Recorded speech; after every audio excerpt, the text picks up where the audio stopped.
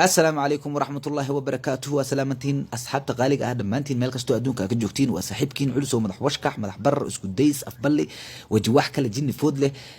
aashito iyo magac walbo aad igu yeeri kartid shalay waxaan soo qoray qoraalkan hortiina ka muuqda waxaa la gareysay 3800 qofood waxaa comment gareysay 2300 waxaana share gareysay 59 dhammaantiin mahadaha ha idinka gaarto qaabka quruxda badan ee aad maaragtay uga falceliseen qoraalkaas sheekooyinkan 2300 qof ay noo soo qoreen waxaan qaadan doonaa 3 qofood oo kamid ah saddexdaas qofood shuruudaha lagu qaadan doono meesha ku qoran yihiin macnaha qofka ugu like badan ayaan iri laakiin comment ahaan ayaan ugu daray 3 qof ay ugu like badan marka 3 qofood ay ugu like badan sheekooyinkooda ay ugu like bataan ayaan halkan ka sii dayn doonaa macnaha waxay la mid tahay 3 qofood oo ugu sheekada kacsan marka anigu ma aqaan meelaha kala joogan ma aqaano dadka ay Soomaali ka yihiin balse waa culus oo team saas darteed ayaan u soo qaatay sheekooyinkooda waa sheekooyin qosol badan saqaysayo asxaabta qaaliga ah aad baad u wada mahadsantiin dhammaantiin qaabka quruxda badan aad sheekooyinka nagu soo qorteen aan ku bilaabay Cabdiqaaliq Cilmi Cabdiqaaliq wuxuu ka mid yahay bulshada aadka noogu xiran mar walba nala socota Cabdiqaaliq Cilmi waxa uu soo qoray sheekadan waa sheeko qosol badan runtii balse intaan sheekada ugu gudagelin Cabdiqaaliq aan idin sheego waxa uu reaction ahaan helay Cabdiqaaliq waxa uu helay 1500 oo like ay qosol waxa isugu jiraan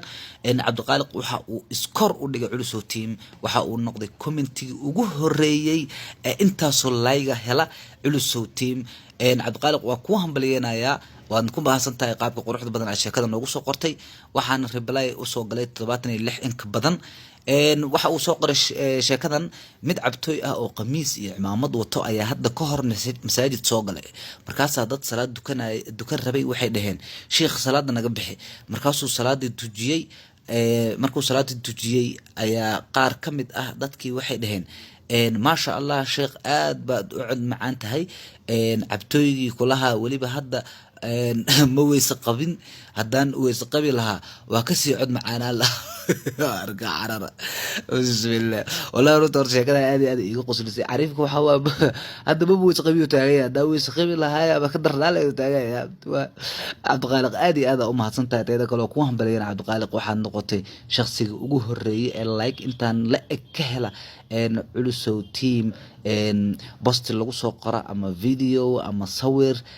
عبد الخالق waxaad ku garaacday dad fara badan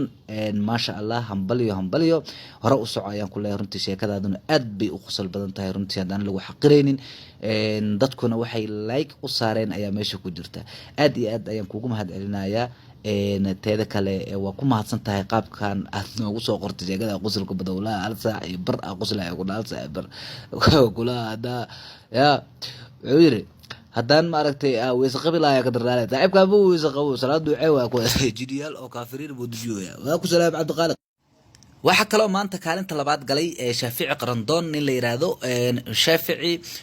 wuxuu noo soo qoray sheeko dheer oo qosol badan inta aanan sheekada u gudagelin oo aanan akhrin aan idin sheego waxa uu falcelin ahaan u helay Shaafici 937 qofood ayaa ka falcelisay oo like iyo laugh iyo qosolba u saartay sheekadiisa oo aad iyo aad macnaha uga heshay 44 qofood ka badanna waxay u soo galeen reply Shaafici sheekada uu noo soo qoray waxay u dhacaysaa sida tan runtii sida tooska ah uu asaga u soo qoray uma aqrin doono qaarkood laakiin sheekada waxaan u aqrin doonaa qaab qurux badan haduu Ilaahay yiraahdo xariif baa magaalada macnaha orod ku soo galay oo pizza house tagay macnaha xariif baa magaalada inta orod ku soo galay pizza house tagay markaasuu shaah dalbaday marka maqaayadaha casriga ah shaaha sokorta lagu daro sokorta gooni ah lagu macnaha lagu keenaya kadib intuu inta qaado macnaha aad ku qaadata inta rabta kaga darsanaysa macnaha sokorta waa lagu keenaya shaah waa lagu keenaya waxa rabto qaado ka rabta aad ku darsanaysa marka xariifka waa ka dhaxsan yahay ilbaxtuulo waaye banaanka laga yimid waxa uu siirey marka sokortan kaligeeda bal cag ya shaahan معناها وابا كي اتقينو مارتا تولوينka lagu gadaayo asoo cadeys waaye iska dhaqabso usir ma baad adiga saaxiibka markay shaahiyo iska dhaqabsado iska cabi shaahi qaraarkiisu ku cabay sokorta waa ka cabsay wuxuu sir lacag kala waaye ama lagu soo jaasgareeyo usir ma baad adiga xariifki shaahiyo ka dhargay kadib kuwa ag fadhiyay oo shaah sokor ku darsaday macnaha kuwa agtiisa fadhiyo shaha sokor ku darsaday uu arkay asagana isku lacaga laga qaaday macnaha kuwan shaha ayagoo sokor ku darsanaya wuu argay markay meesha tageen isku lacaga laga qaaday saaxiibka markaasuu yidhi kaalaya sokortu ma lacag la-aan bay ahayd macnaha markaasaa lagu yidhi ha markaasuu inta fadhiga ku laabto yidhi haye koob shaaha iyo kiilo sokora ii dhiiba walaakal ilaaba u qusli saaxiibka waxa waaye wuxuu siiri sokortan waxa waaye lacag waaye u dhawaari bug hore siiri marka dambe wuxuu arkay dhabar iyo shaahi iska qabsadeen qaando sokorta isaga walaaqahay shaahi iska dhakabsaayo arkay mina meesha tageen lacagta la dhiibayo waxaa la yiraahday lacagtaas wada keena hal lacagaa laga wada qaaday saaxiibka waa yaab wuxuu yiri waxay tahay sokorta ma lacag la-aanay ahayd ha marka la yiri waxnaaqa moogta lacag yar oo haysto yiri hadana koob shaahi ii keetiin keena sokora ii keena jabkooba ku shubanayo waa maasan tahay Shaafici aadiyaadan kaaga mahad celinaya hambalyo waxaan noqotay qofkii labaad ee ugu laagta badnaa waxa kaloo kaalinta saddexaad galay wiil ay u qoran tahay WLL Bukhari KP macnaha waxaan u fahmay walaal Bukhari inuu ula jeedo waxa uu soo qoray sheeko qosol badan runtii inta aanan sheekada gudagelin ka hor aan idin sheego waxa uu reaction ahaan u helay ama falcelin ahaan 928 qofood ayaa ka falcelisay oo laaf iyo qosolba u saaray waxaana reply ahaan uu helay 22 qofood ka badan walaal Bukhari wuxuu noo soo qoray sheekadan waxa uu yiri naag reer mudug ah baa nin naag kale la guursaday kadib way maseertay markaas baa la weydiiyey